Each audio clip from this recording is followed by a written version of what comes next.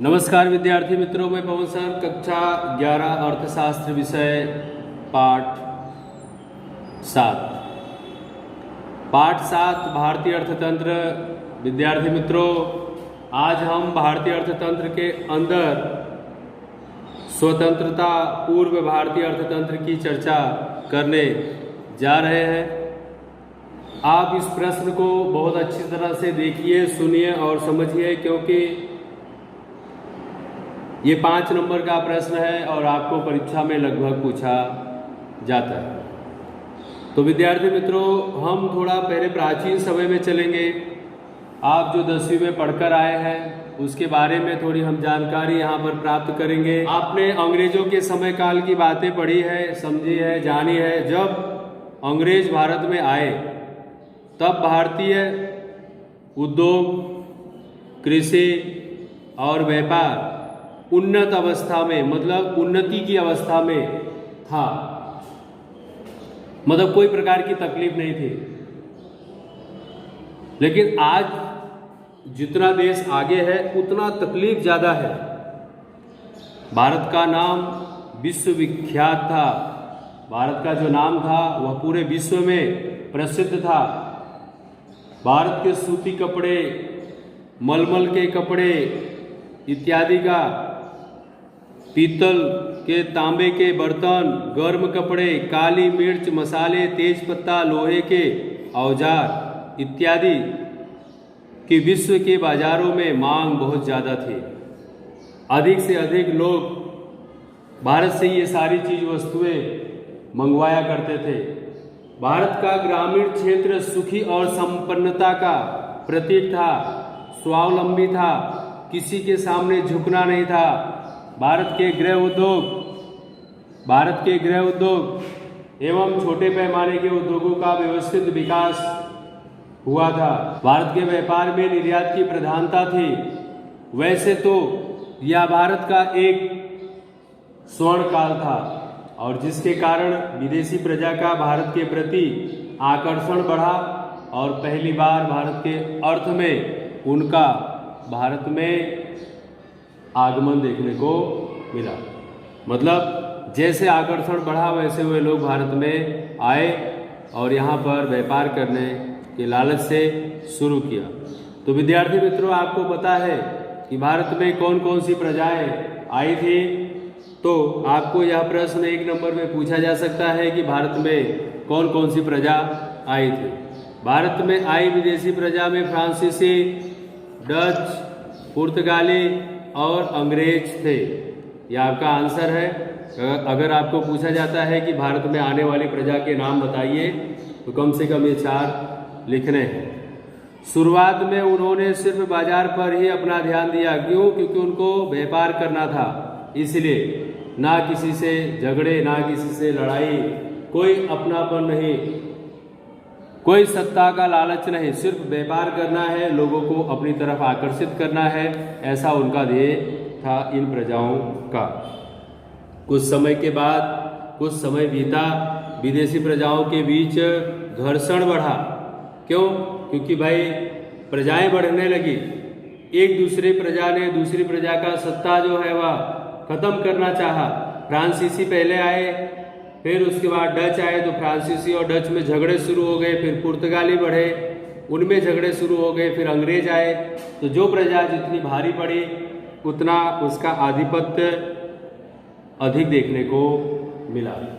इस तरह से विद्यार्थी मित्रों, जिसमें अगर हम बात करें कि अंग्रेज सेना अधिक शिस्त और आग्रही होने से, उन्होंने इंग्लैंड का राजनीतिक समर्थन प्राप्त होने से धीरे धीरे उन्होंने पूरे भारत पर अपना सत्ता हासिल किया। इस प्रकार 1757 से 1947 तक भारत को ब्रिटिश शासन के अधीन रहना पड़ा। अब ब्रिटिश शासन के अधीन रहने के कारण ब्रिटिश शासन के दौरान भारत को कम प्रमाण में अच्छे परिणाम और अधिक प्रमाण में खराब परिणाम का सामना भी करना पड़ा। तो विद्यार्थी मित्रों, ये जो प्रजाएं हैं अपना आधिपत्य जमाने के लिए एक दूसरे पर लड़ाई झगड़े करके भारतीय लोगों को भारतीय सैनिकों को अपने बस में बनाया और सेना का यहाँ पर उपयोग किया गया। तो अब हम विद्यार्थी मित्रों स्वतंत्रता पूर्व भारतीय अर्थतंत्र में क्या सुधार किया गया था, क्या नया विकास किया गया था, या ब्रिटिश शासन के दौरान भारत को जो परिणाम देखने को मिले वो निम्नलिखित थे। अब हम उसकी चर्चा करेंगे। आप इस पॉइंट को ध्यान से देखिए। कुल आपको 13 पॉइंट यहाँ पर देखने को मिलेंगे। सबसे पहले नंबर 1 रेलवे, सड़क, बैंक, सामाजिक ढांचा, कृषि, महसूल की दर, कर की ऊंची दर, चुंगी की विविध दरें, औद्योगिक नीति, आर्थिक शोषण, हस्तकला कारीगरों का शोषण, पूंजी निवेश का प्रवाह, विविध होम चार्ज का बोझ। इस तरह से अंग्रेज सरकार के द्वारा भारत में ये सारी चीज़ें शुरू की गई। अब ये 13 के 13 पॉइंट का विवरण और विस्तार हमें इस वीडियो के अलावा और भी इसके भाग में आपको देखने को मिलेगा। अब हम विद्यार्थी मित्रों पहला पॉइंट रेलवे की चर्चा करेंगे। ब्रिटिश शासन दौरान भारत को प्राप्त रेलवे लाभदायक व्यवस्था बनी।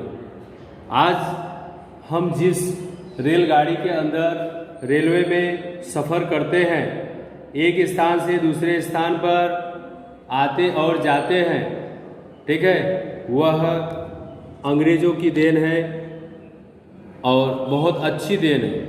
विद्यार्थी मित्रों हम कल्पना भी नहीं कर सकते आज अगर सफ़र करने के लिए सबसे अच्छा साधन है तो वह सिर्फ रेलवे है, ठीक है। भारत में परिवहन को तेज और मजबूत बनाने के लिए रेलवे की महत्वपूर्ण भूमिका देखने को मिली है। अब भारत में रेलवे की शुरुआत कब हुई? 16 अप्रैल 1853 में भारत में रेलवे की शुरुआत कब हुई? 16 अप्रैल 1853 में। अगर विद्यार्थी मित्रों हम विश्व लेवल की बात करें तो 1825 में इंग्लैंड में रेलवे की शुरुआत की गई और भारत में 16 अप्रैल 1853 में शुरू किया गया। 19वीं सदी मतलब 1947 तक 53,000 किलोमीटर लंबाई वाला रेल मार्ग 68 लाख यात्रियों को लाभ देने वाली निजी संस्था बनी, ठीक है। तो ये सब विकास जो है अंग्रेजों ने किया और अंग्रेजों के द्वारा जो विकास था वह आज हमें लाभदायी साबित हो रहा है। अब विद्यार्थी मित्रों हम दूसरे पॉइंट सड़क परिवहन की चर्चा करेंगे।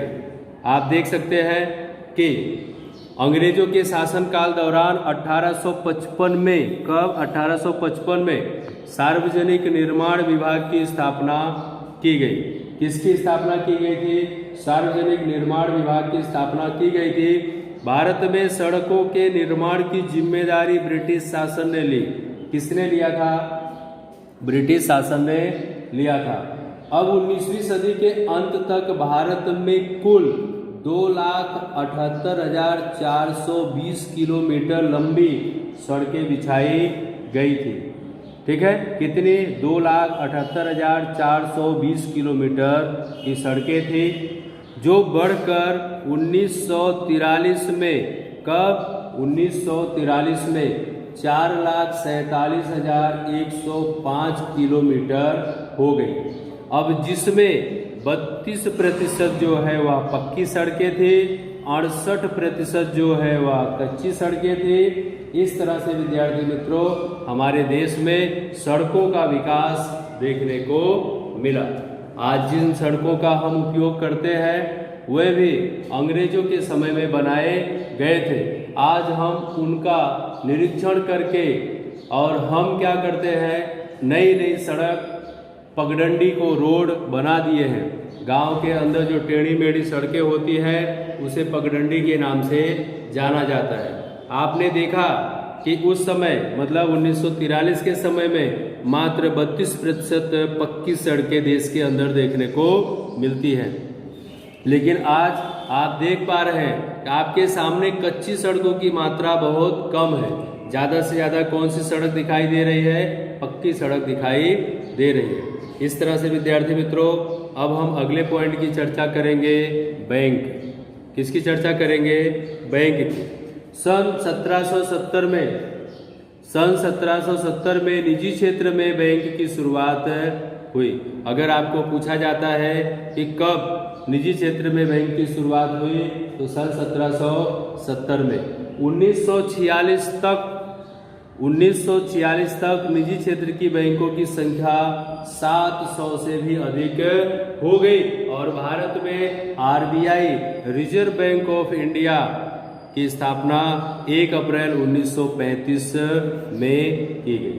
विद्यार्थी मित्रों भारत में RBI की स्थापना 1 अप्रैल 1935 में की गई। RBI का पूरा नाम है रिजर्व बैंक ऑफ इंडिया। अब रिजर्व बैंक ऑफ इंडिया का राष्ट्रीयकरण हुआ 1 जनवरी 1949 को। कब हुआ? 1 जनवरी 1949 को। तो इस तरह से विद्यार्थी मित्रों बैंक की स्थापना अंग्रेजों ने, बैंक की शुरुआत अंग्रेजों ने अपने लाभ के लिए किया। अभी तक हमने 3 पॉइंट पढ़ा। अंग्रेजों के द्वारा शुरू किया गया, ब्रिटिश सरकार के द्वारा शुरू किया गया। अब क्यों शुरू किया गया? क्योंकि जब वो यहाँ पर व्यापार करने के लिए आए थे उनका व्यापार धीरे धीरे क्या हुआ? बढ़ने लगा। उदाहरण के तौर पर अगर मान लो कि गुजरात से माल सामान जो है पंजाब ले जाना है, महाराष्ट्र ले जाना है या अन्य किसी राज्य में लेकर जाना है तो कैसे लेकर जाएंगे? उसके लिए सुरक्षित वाहन व्यवहार की सुविधा होनी चाहिए। इसके लिए अपने व्यापार को बढ़ाने के लिए चीज वस्तुओं को एक स्थान से दूसरे स्थान पर लाने और ले जाने के लिए ब्रिटिश शासन के दरमियान रेलवे की शुरुआत की गई। अब सारी चीजें तो रेलवे स्टेशन तक पहुंच जाती है, लेकिन अगर मान लो कि रेलवे स्टेशन से 2, 4, 5, 10 किलोमीटर की दूरी पर हमें उस चीज वस्तु को पहुंचाना है तो रेलवे हमें स्टेशन तक पहुंचाएगी। विद्यार्थी मित्रों हमारे घर तक हमको सड़क मार्ग के द्वारा ही जाना पड़ेगा। इसलिए ब्रिटिश सरकार ने क्या किया? सड़क मार्ग का निर्माण किया ताकि रेलवे स्टेशन के किनारे से वाहन व्यवहार के द्वारा, परिवहन मार्ग के द्वारा, सड़क के द्वारा उन चीज वस्तुओं को अंदर तक पहुंचाया जा सके। अब जब व्यापार बढ़ेगा, लेन देन बढ़ेगा, आयात निर्यात बढ़ेगी तो क्या होगा? पैसा बढ़ेगा। तो हम लेन देन किस में करेंगे? कैसे करेंगे? कोई गेहूं चावल तो है नहीं कि उसको हम अपने घर में ही दबा के रखेंगे, छुपा के रखेंगे, जमीन में गाड़ के रखेंगे। पैसे को रखने के लिए हमें बैंक की जरूरत है। तो उस समय ब्रिटिश सरकार, ब्रिटिश शासन के समय भी बैंक की जरूरत थी। उन लोगों ने अपने लाभ के लिए, अपने फायदे के लिए बैंक का शुरुआत किया और जिससे क्या हुआ? आज हमें उसका लाभ देखने को मिल रहा है। इस तरह से विद्यार्थी मित्रों अब हम चौथे पॉइंट की चर्चा करने जा रहे हैं, सामाजिक ढांचा। ब्रिटिश शासन दौरान अन्य उल्लेखनीय कार्यों में दूध पीती रिवाज उन्मूलन करना, लुटेरों का नाश करना, सती प्रथा रिवाज को रोकने में भारतीयों द्वारा किया गया सहकार उल्लेखनीय माना जाता है। मतलब अपने भारत देश के अंदर उस समय, प्राचीन समय में अगर लड़की का जन्म होता था देश में तो उसे दूध में डुबाकर मार दिया जाता था, जिसे दूध पीती रिवाज के नाम से जाना गया। उसे खत्म करने में भारतीय और अंग्रेजों ने दोनों ने मिलके साथ सहकार देकर खत्म किया। लुटेरों का नाश करना, जो चोरी करने वाले लोग हैं उनका नाश करना। सती प्रथा, अगर किसी का पति मर गया हो तो उसकी ही चिता पर बैठकर वह भी सती हो जाती थी। इस रिवाज को बहुत ही खराब रिवाज था, उसे खत्म करने में अंग्रेजों ने भारतीयों की मदद की। इसलिए ये जो सामाजिक प्रथाएं हैं उसमें भारतीयों द्वारा किया गया सहकार उल्लेखनीय माना जाता है। बस विद्यार्थी मित्रों आज के वीडियो में बस इतना ही। अब जो है अगले वीडियो में हम इसके आगे 5वें पॉइंट से चर्चा करेंगे। धन्यवाद।